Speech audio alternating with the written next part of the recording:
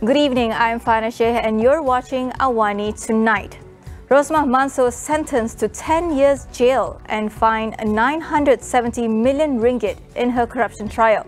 And we dive deep into the plight of Rohingya refugees 5 years after the crisis. That's coming up.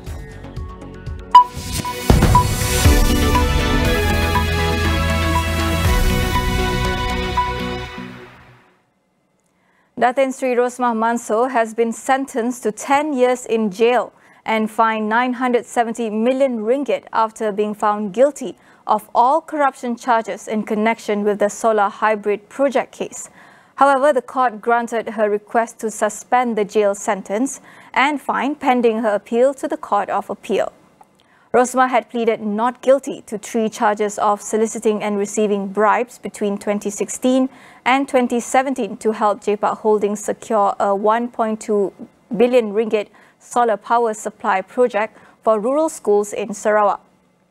Judge Muhammad Zaini Mazlan ruled that the prosecution had proven its case beyond reasonable doubt.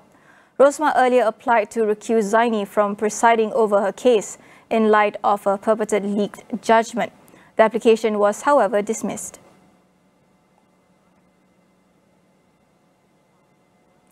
Commenting on the verdict, lead prosecutor Datuk Sri Gopal Sri Ram thanked his team and made clear that there was no personal interest in the case.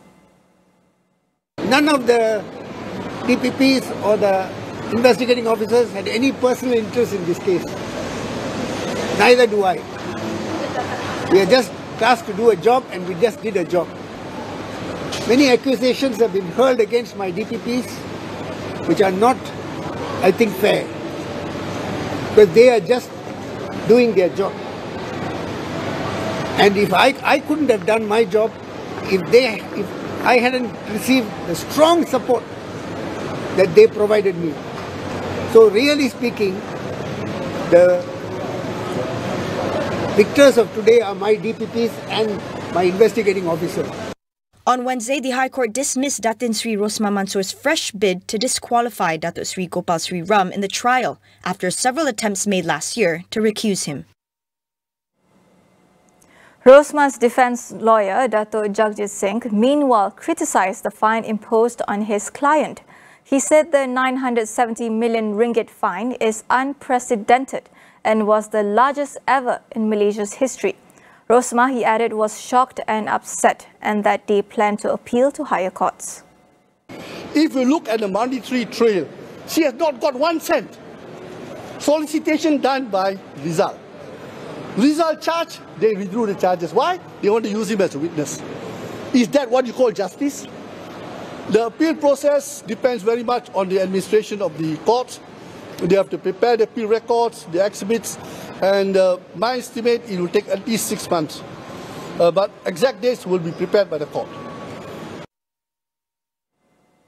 Meanwhile, Home Minister Datuk Sri Hamzah Zainuddin said any information on the fugitive businessman Low Tek Joe, better known as Joe Low, should be reported to the authorities. This came after authors of the billion-dollar whale, Tom Wright and Bradley Hope, claimed to have new evidence of his whereabouts yesterday.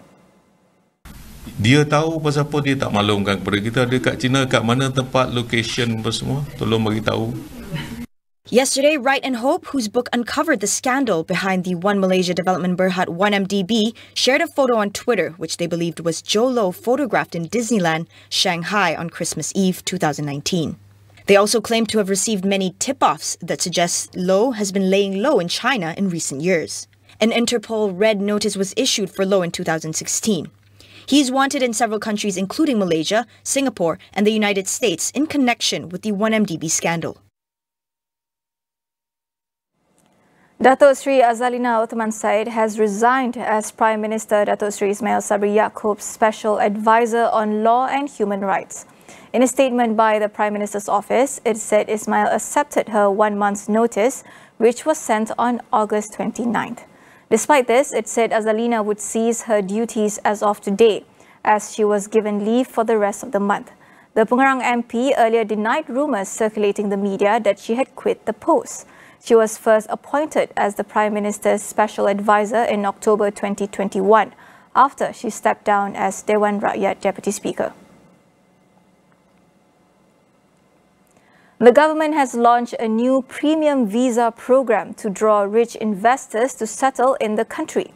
Home Minister Datuk Sri Hamzah Zainuddin said the program that will kick off October 1st will be open to affluent individuals from all countries except those that had no diplomatic ties with Malaysia.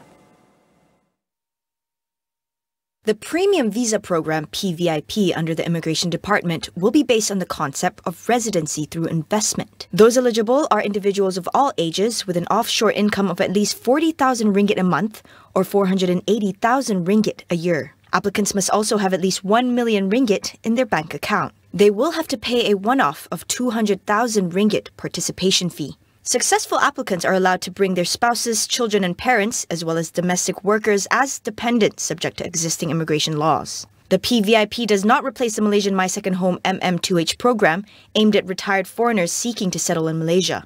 Hamzah said the number of applicants will be capped at 1% of the Malaysian population. The PVIP is applicable for 20 years, with renewals granted once every 5 years.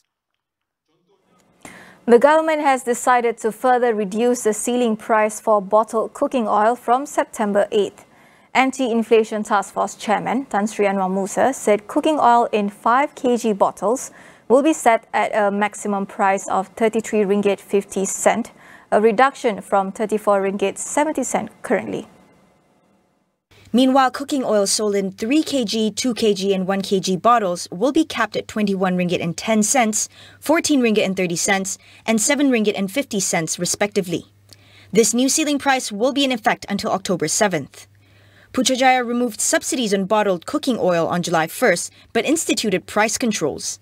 At present, government subsidies are only provided for cooking oil in 1 kg polybags with an allocation of some 4 billion ringgit for 2022.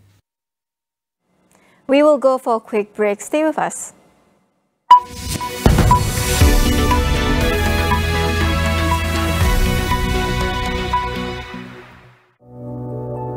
COVID-19 memperlihatkan kepada kita betapa pantasnya adaptasi teknologi di kalangan PKS kita.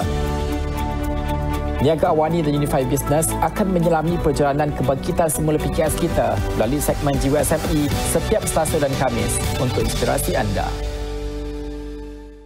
Transformasikan perniagaan dengan Unified Business, rakan digital pilihan anda. Hubungi kami sekarang dan jimat sehingga 50%. Jom Unified Business. Berus gigi Sistema 3D Ultra Wide baharu dengan teknologi elastoma dan berus multi-aksi 3D. Menanggalkan kotoran dan gigi 10 kali ganda lebih putih namun lembut pada gusi. Bulu berus tirus 0.02 mm multi-aksi 3D menyingkir kotoran dari celah gigi. Gigi lebih putih dalam 2 minggu. Berus gigi Sistema 3D Ultra Wide untuk senyuman penuh keyakinan. Sistema. Macam mana nak berniaga kalau sering berdepan gangguan internet dan ancaman cyber? Dengan penyelesaian Maxis Business, anda pasti boleh.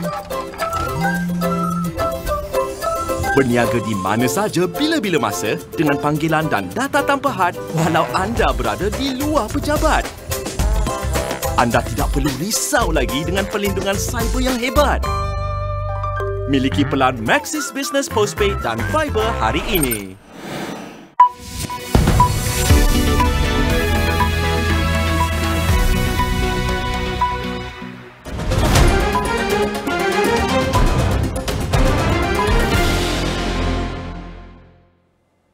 It has been 5 years since a deadly crackdown by Myanmar's army sent hundreds of thousands of Rohingya Muslims fleeing across the border into Bangladesh. But till today, no solution is in sight. Fresh off his visit from Cox's Bazar, now home to over 1 million of Rohingya refugees, Paul McFun from Doctors Without Borders shares the severity of the crisis. A lot of this comes down to the policies and interests of all of the countries individually. To start with, I would say one key problem is, this has been going on for 5 years, that Bangladesh has been assuming this huge responsibility. And the challenge of dealing with the Rohingya who've had to flee persecution and violence has been going on for decades. So Malaysia, Thailand, Bangladesh have been hosting refugee populations for decades. It's not a new phenomenon, but now it's at an acute phase. And the first challenge is just maintaining that level of assistance for Bangladesh. very, very difficult. And we see the international community's interests are now moving elsewhere, big emergencies in Afghanistan, Ukraine. So that's the first thing. We have to find a way to continue to provide the support that Bangladesh needs to maintain this level of assistance to this population, knowing that there's no solution around the corner. The second thing is around the region, we have, as I describe it, quite draconian refugee policies. You know, very few states have signed up to the Refugee Convention, sort of internationally recognized norms for protection.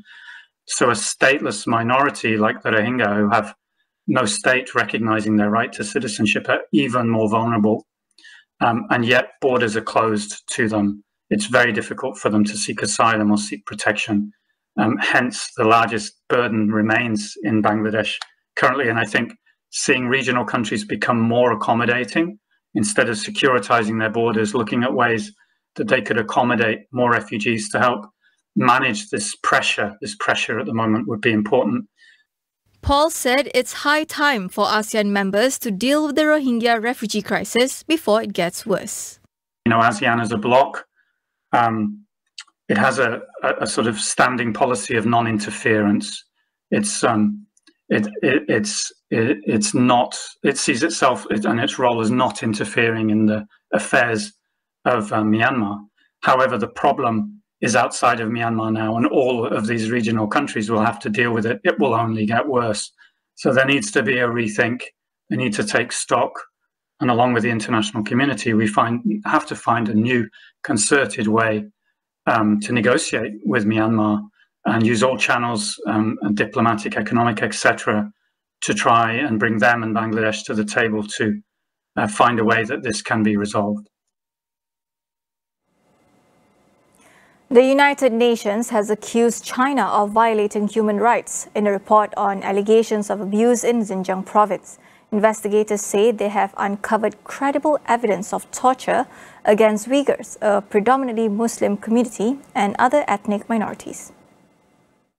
The report commissioned by the UN's Office of the High Commissioner on Human Rights said prisoners had been subjected to ill treatment, including incidents of sexual and gender-based violence, while others face forced medical treatment and discriminatory enforcement of family planning and birth control policies. It suggested that some of Beijing's actions could amount to the commission of crimes against humanity. While the UN is unsure of the exact number of people held by the Chinese government, human rights groups estimate that more than 1 million people have been detained at camps in Xinjiang. China has firmly denied the abuse claims, with Beijing insisting it is running vocational training centers designed to counter terrorism and extremism.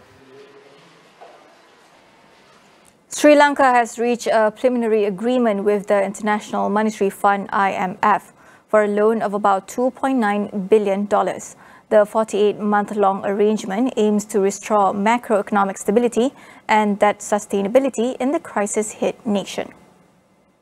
The IMF program is looking to raise government revenue to support fiscal consolidation, introduce new pricing for fuel and electricity, and hike social spending.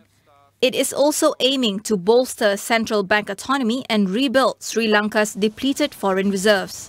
The debt-laden country has been seeking up to $3 billion from the IMF in recent months, in a bid to overcome its worst economic crisis in decades. Sri Lankans have faced acute shortages of fuel and other necessities for months amid political turmoil.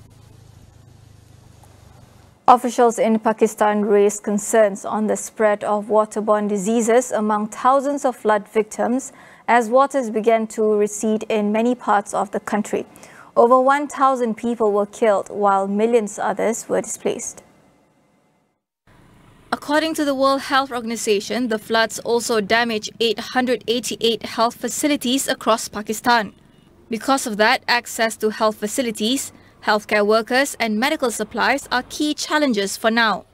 Doctors reported people suffering from diarrhea, skin infections and other waterborne diseases in the country's flood-hit areas. The record-breaking floods prompted the United Nations to formally issue an appeal for $160 million in emergency funding to the impoverished country, where about 1 million homes have been damaged or destroyed. Singapore has come under renewed international criticism. not only over its continued use of the death penalty for drug-related offences, but also for the frequency of executions this year. Tonight on Consider This, we speak to Singapore's Minister for Home Affairs and Minister of Law, K. Shanmugam, about the government's stand on capital punishment in the Republic. That is all we have for you on AWANI tonight. I'm Fana Sheh. Thank you for watching.